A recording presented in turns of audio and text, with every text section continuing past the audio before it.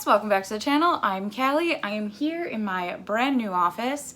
I'll end up doing a bookshelf tour in the early summer of my bookshelves here, and I got some new ones as well, and maybe do like a full tour of my new office. I know we planned on doing a vlog for my move, but with it being so busy, it was also super rainy that day. It just didn't end up coming together the way we anticipated. So everything's obviously on the shelf, still alphabetical. I decided to keep that because I really liked it. But today I'm going to be going through my April TBR.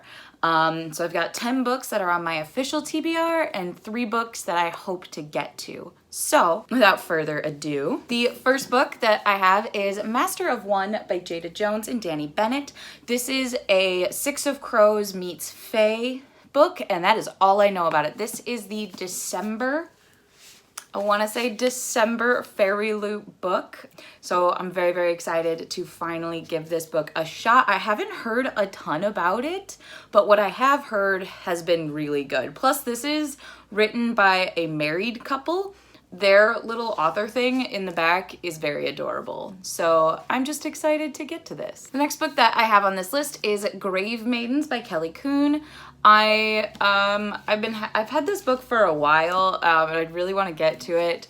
This follows 2 sisters. One is chosen to be a grave maiden, and the other is trying to save her from that fate, because grave maidens basically get shoved into a grave when their ruler dies. Alive. They get sent into this crypt alive and die with the dead body. It's a whole creepy thing that I'm pretty sure was done in like Egyptian culture. Not entirely positive, but I really like the concept. Up next, I have The Diviners by Libba Bray, another book that's been sitting on my shelves and staring at me for a while. This is a time travel mystery series. I've heard fantastic things about it. I've been wanting to get into more time travel-y books, but most of the ones that I see are those like hyper romance, like The Timekeeper's, Time Traveler's Wife, stuff like that, and I'm not into that. So I'm excited to finally dive into this monster of a book series. The next book that I have is Mirage by Somaiya Daud. This follows a girl who dreams of adventure, and one day she's kidnapped and taken to the palace because she is identical to the princess who is hated in her kingdom. So our main character acts as a body double to take all of the abuse and punishments that should be given to the actual princess. I've seen stories like this done, but I don't think I've actually ever read any of them, so I'm really, really pumped to get into this. Next, I have The House on the Cerulean Sea by TJ Klune. All I know is that this is about an old man who basically runs this like foster home for magical children, including the child of Lucifer.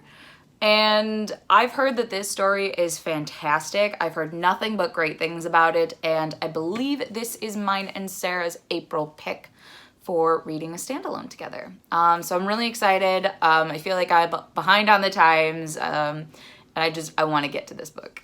Next, I have The Silvered Serpents by Roshani. This is the second book to The Gilded Wolves, which I recently read and loved. This book was so much fun, and I am very much ready to dive into the sequel.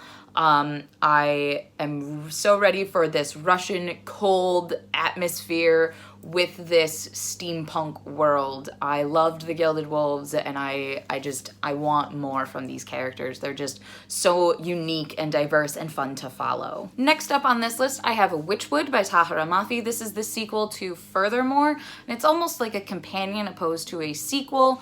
This is a middle grade duology following into the Furthermore, which is this very strange world filled with almost very Alice in Wonderland-esque escapades. So we're following a different girl in this one who finds herself in Whichwood. So I'm interested. The first one was cute and fun, and that's about what I'm expecting with this one as well. Next, I have Get a Life, Chloe Brown by Talia Hibbert.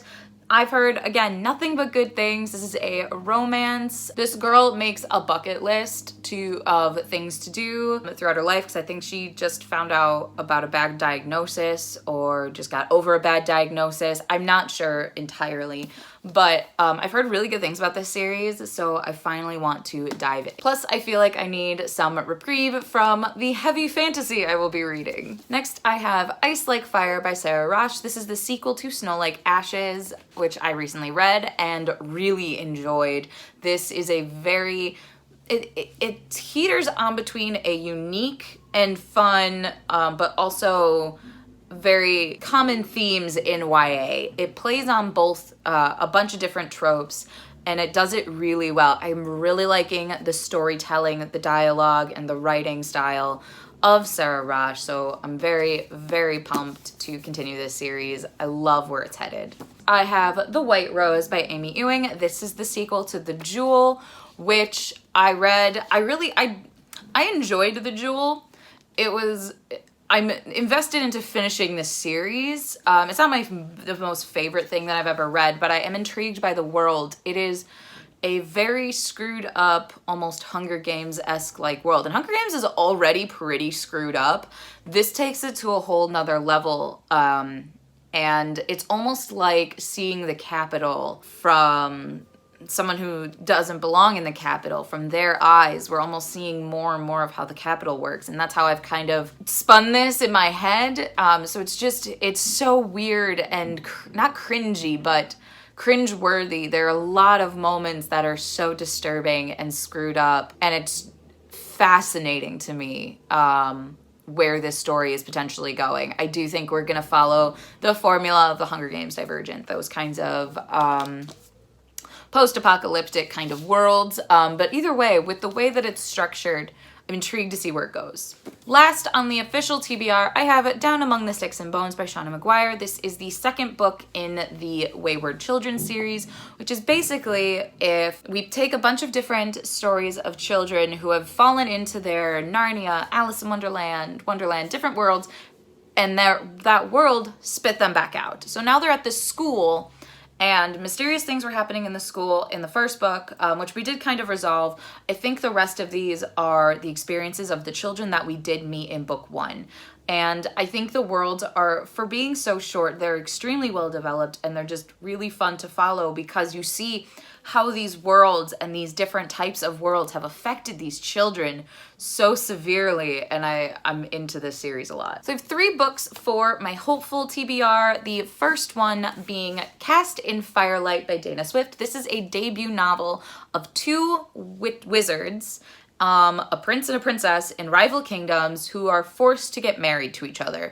But they have to do like this wizard trial, and they're constantly trying to outdo each other. It seems like this is gonna be almost like a grew up friends / enemies, competitors to lovers kind of story.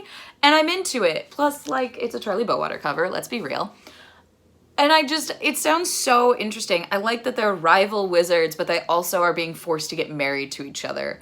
And I'm very intrigued as to how this system is gonna work, and I'm ready for the sassy banter and all of the competition because they look like very competitive people. So I'm excited for it. Next on this list, I have Kiss My Cupcake by Helena Hunting. I have discovered my love for Helena Hunting recently, so I picked up her latest book, which Brittany actually recommended. She said it was really well done, and I'm excited. No idea what this is about. I mean, I assume a bakery is involved, and I love to bake, so there's another reason to read it? Maybe, possibly, yes. And the last book that I hope to get to in the month of April is A Kingdom of Flesh and Fire by Jennifer L. Armentrout. I want to get to this before the 3rd book drops. I have already pre-ordered it. I have started a low-key obsession with this series. This is the 2nd book in the From Blood and Ash series, which I think is going to end up being like 6 or 7 books long.